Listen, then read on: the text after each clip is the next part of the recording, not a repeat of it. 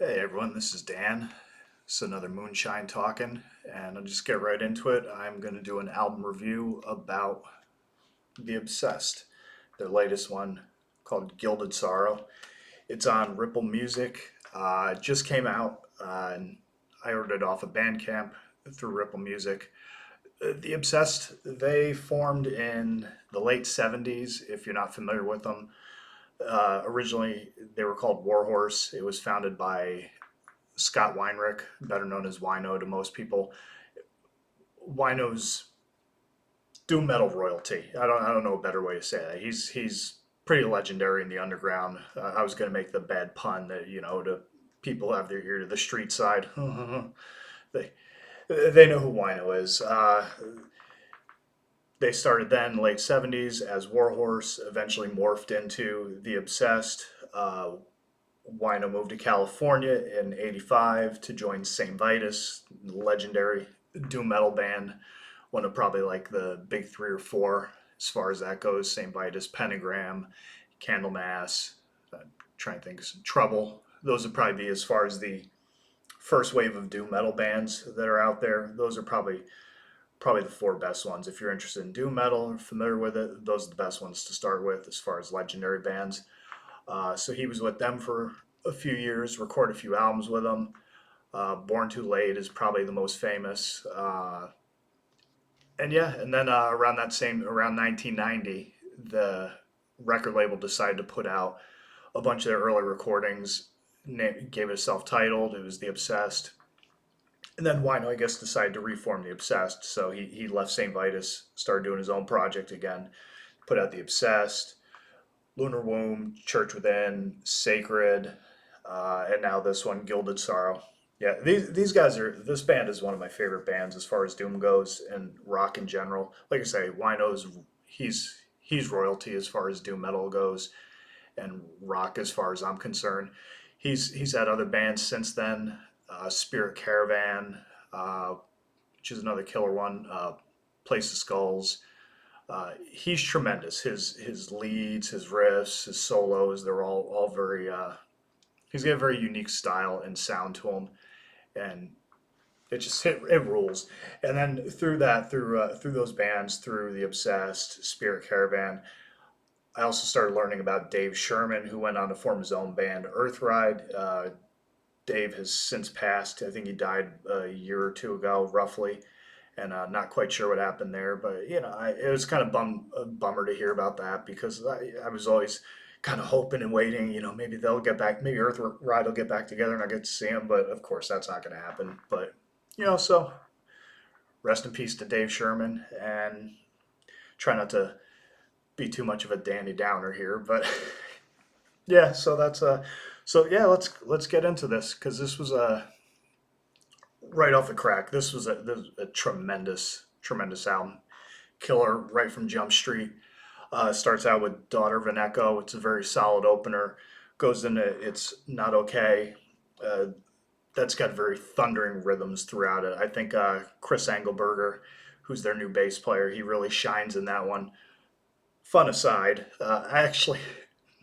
I went to go see Goatwhore and I Hate God at the Brass Mug in Tampa, and I guess I was standing next to him the whole time, pretty much. Him and I think it was his old lady, his girlfriend, and I didn't know him from Adam. I didn't recognize him or anything like that. And then a couple people were chirping in the background. I could hear him talking about, yeah, Obsessed. And I was like, what? And so I went home and I checked it out. And sure enough, he was the bass player for the Obsessed. I was just kind of hanging around him all night. Like, oh yeah, this show's kicking ass. This is great. And funny enough too, I think it was either there or it might have even been Suffocation. I saw them and Steve Asham from Deicide. He was kicking about too, and I didn't even really recognize him either. I was he's just kind of wandering around. It's weird. It was just funny. But anyhow, just fun story to share with you. But Realize a Dream. That's next up on the album. That's got it's very melodic. A lot of cool rhythms to it.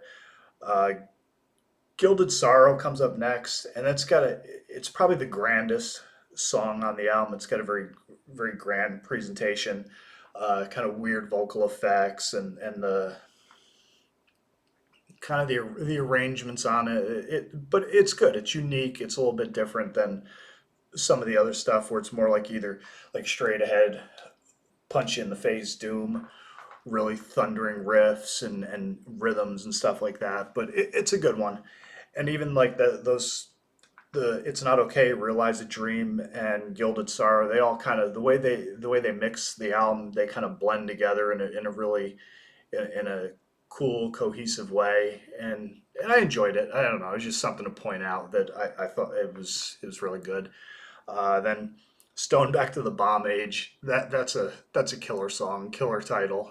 Just punishing grooves and rhythms throughout the whole thing. Just classic obsessed. Uh, can't get can't get enough of that one. That one's 10 out of 10 as far as songs go.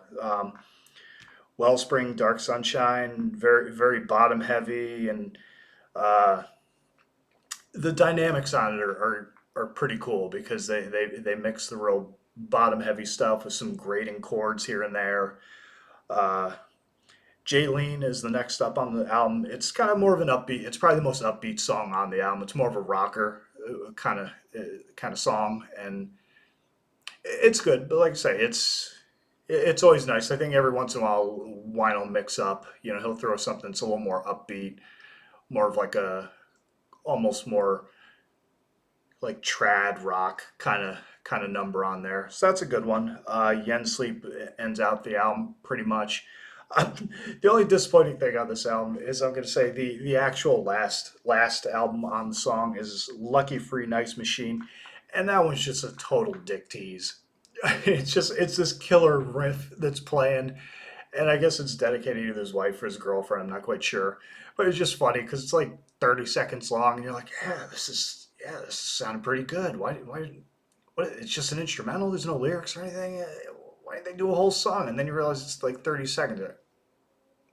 Oh, well, that was kind of anticlimactic, but anyhow, so yeah, that I mean the whole album, it's tremendous. I can't recommend it enough.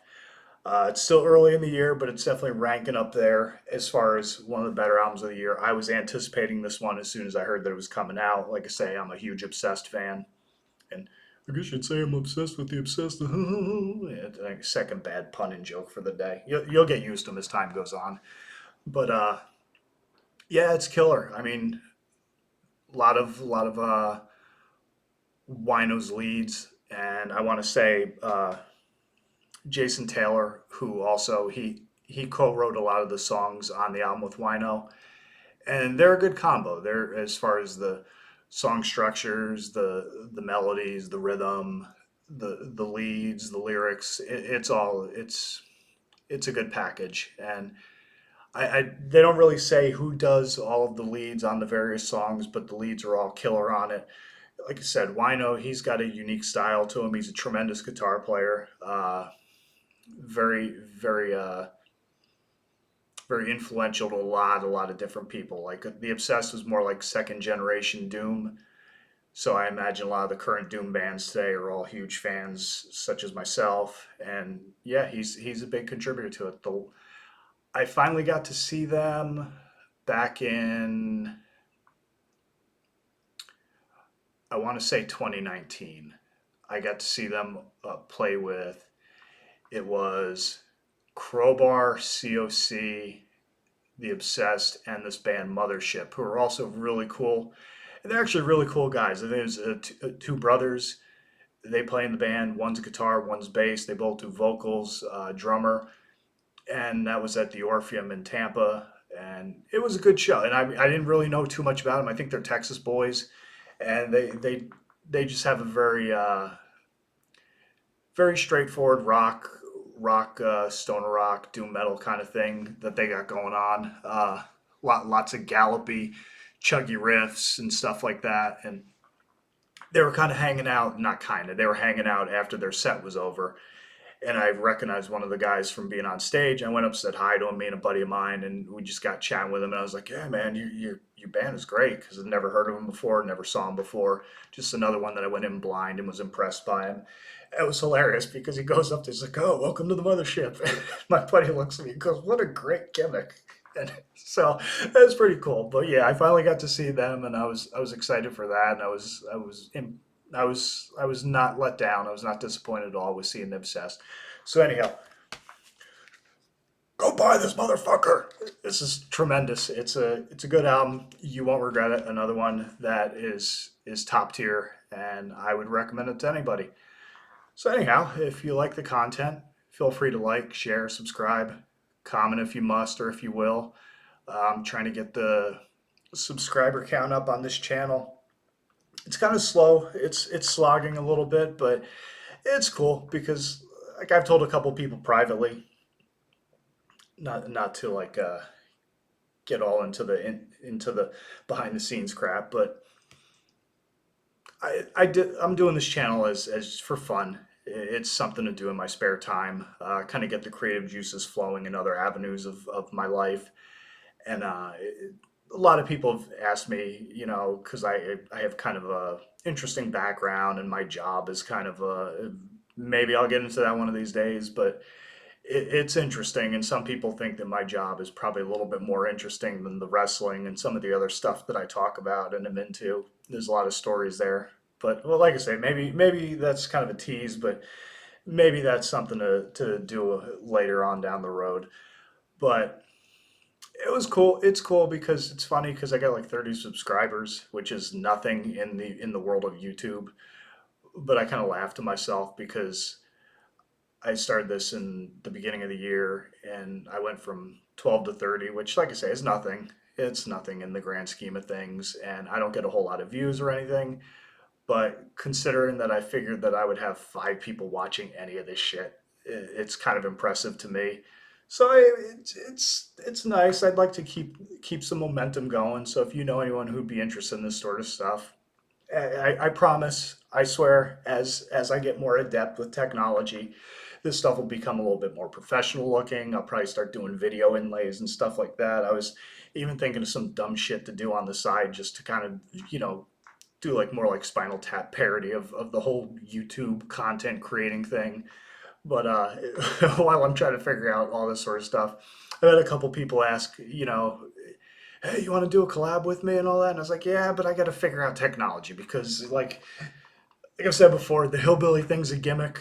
It was something I did in wrestling. It's a gimmick. It's a work. But my inability to use technology is a legit thing. That's a shoot. Like I'm completely dumb when it comes to technology. I'm slowly but surely trying to figure this out. It's kind of amazing if you think about it, because I actually went to college and one of the things I did was AV production, but that was a long time ago. As you can see, I'm a little bit older. But anyhow, like I say, love to get the subscriber count up. I'd rather see the people watching the stuff. That's really the main thing. I mean, there could be 30 people subscribed to this shit, but if there's hundreds of people watching it, that's like, the what's the word I'm looking for? The proportionality of it is, that would be the thing that would matter more. If I get like double, triple, quadruple, 100 times more people watching this stuff than subscribe to it, I'd rather see that. I'd rather people just watch the content and enjoy it, and then I'll keep doing it. But anyhow, again, I'm babbling. I've gone on way too long. One more time, Gilded Sorrow by The Obsessed. Ooh, I got one. I got one. I'll show you. I want to show you some stuff here with the album real quick. And of course, there we go. Check this out.